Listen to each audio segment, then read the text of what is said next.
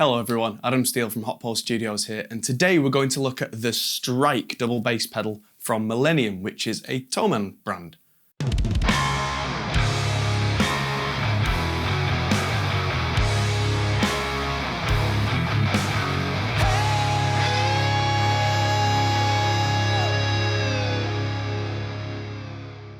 So compared to my usual long videos, this is going to be relatively short. I'm going to do a little series of these. I've been doing a cover of the Tornado of Soul song by Megadeth in collaboration with Donkeys and Demos, and I'm not the best drummer in the world to begin with, so I've been coming up against some issues, and one of the problems was my kick pedal feet are really quite lumpy. Like I said, I'm not the best drummer, and it turns out that partly it's me, of course I don't practice enough and I will hold my hands up for that, but partly I'm fighting the kick drum pedals.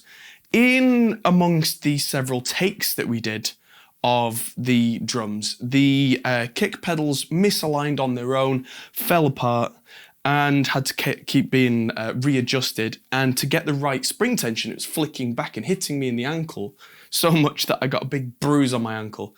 Here I am a few days later and I've got new equipment. So we're going to talk specifically about the Strike bass pedal. So quickly I'm going to do a little example of how my kick drum feet aren't very good with this old pearl pedal that served us very well over the years but needs retiring.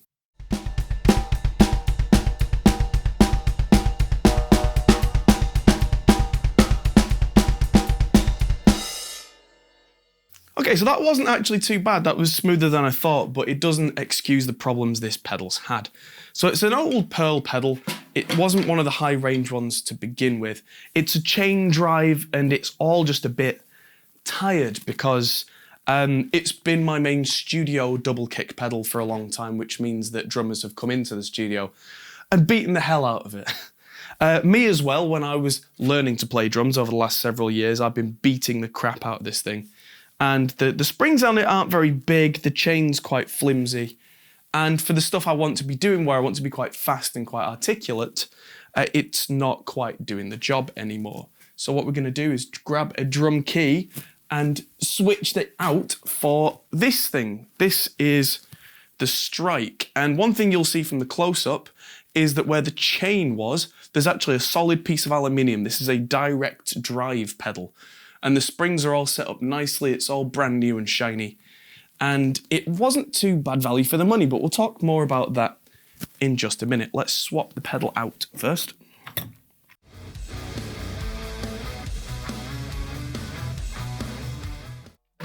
One thing I should mention while I'm setting this up is that there was some assembly required when it came from Thomann. That it came in kind of a box full of polystyrene, and didn't come with a hard case or a soft case or anything, which is one of the reasons it wasn't too expensive. I'm just going to try out this single pedal first.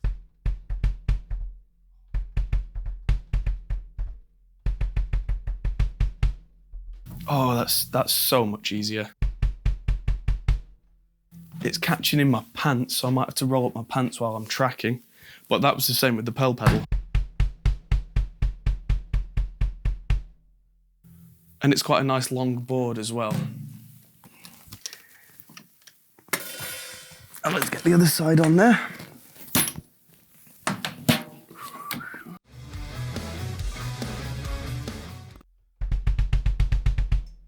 Oh, that's so much nicer. It came with a tool to set it up, including its backboards, and it's got a drum key that clips in, which is really quite nice.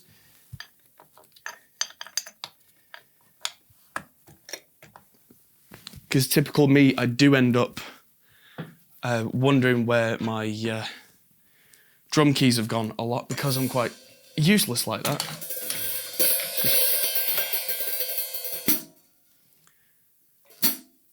There we go. Let's bring this back towards me a little.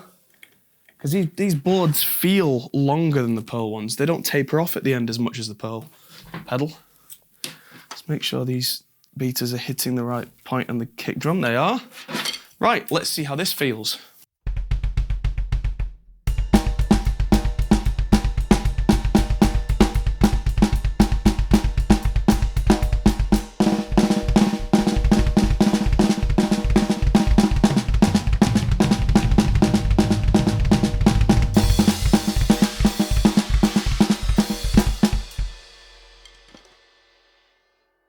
Knew I should have brought shorts to do drum tracking in. This is why a lot of drummers wear shorts, because pants, unless they're like skinny fit, they get caught. Now, this pedal, the way it's set up by default, isn't hitting the kick drum quite as hard, which means that it might be me, I need to lean into them a little more. Cool, I might adjust the spring tension on that a little, but it feels so much smoother and it's not hitting me in the ankle for a start. And that drive means that as soon as I bear my weight down upon it, it goes.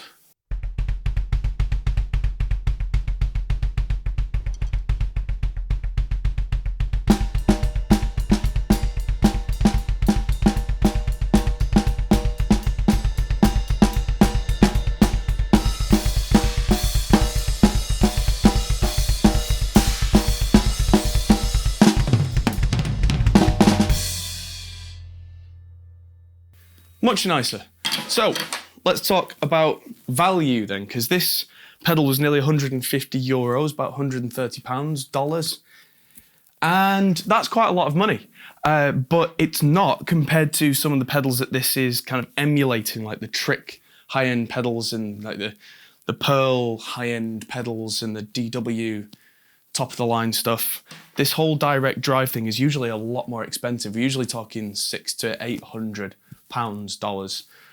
So in context, really not that bad. So yeah, you can buy yourself a soft case separately for £30, dollars to go with that, and you're still paying way less than the others. You can adjust the springs. It does feel a little soft. It may not last quite as long as one of those 800 euro ones, but that might just be an economy of buying a second one and still saving money. I'll have to see as I go. We'll see how this pans out. There's going to be a cover video of Tornado of Souls coming out within the next month or two. I've got to send this one I've done performance over to Jeremy from Donkeys and Demos so that he can play the guitars on top of it. Until then, we've got a video that I'm about to do where I'm changing out this wooden snare for a steel one of the exact same dimensions and exact same make to see how that sounds differently. And we're going to talk about dampening the kick drum, which currently has a pillow in it, and how that can sound quite different to having no pillow and then having a very light kind of dampening, and see which one works best for this type of genre. Thanks for watching. I'm Adam Steele for Hot Pole Studios, and we'll see you in the next video. Goodbye. Thanks for watching, guys. If you enjoyed this, feel free to check out our other videos, as you can find here, or check out our Facebook and Twitter, or our Patreon page, which helps us to make more videos like this. Thanks for watching, and we'll see you in the next video.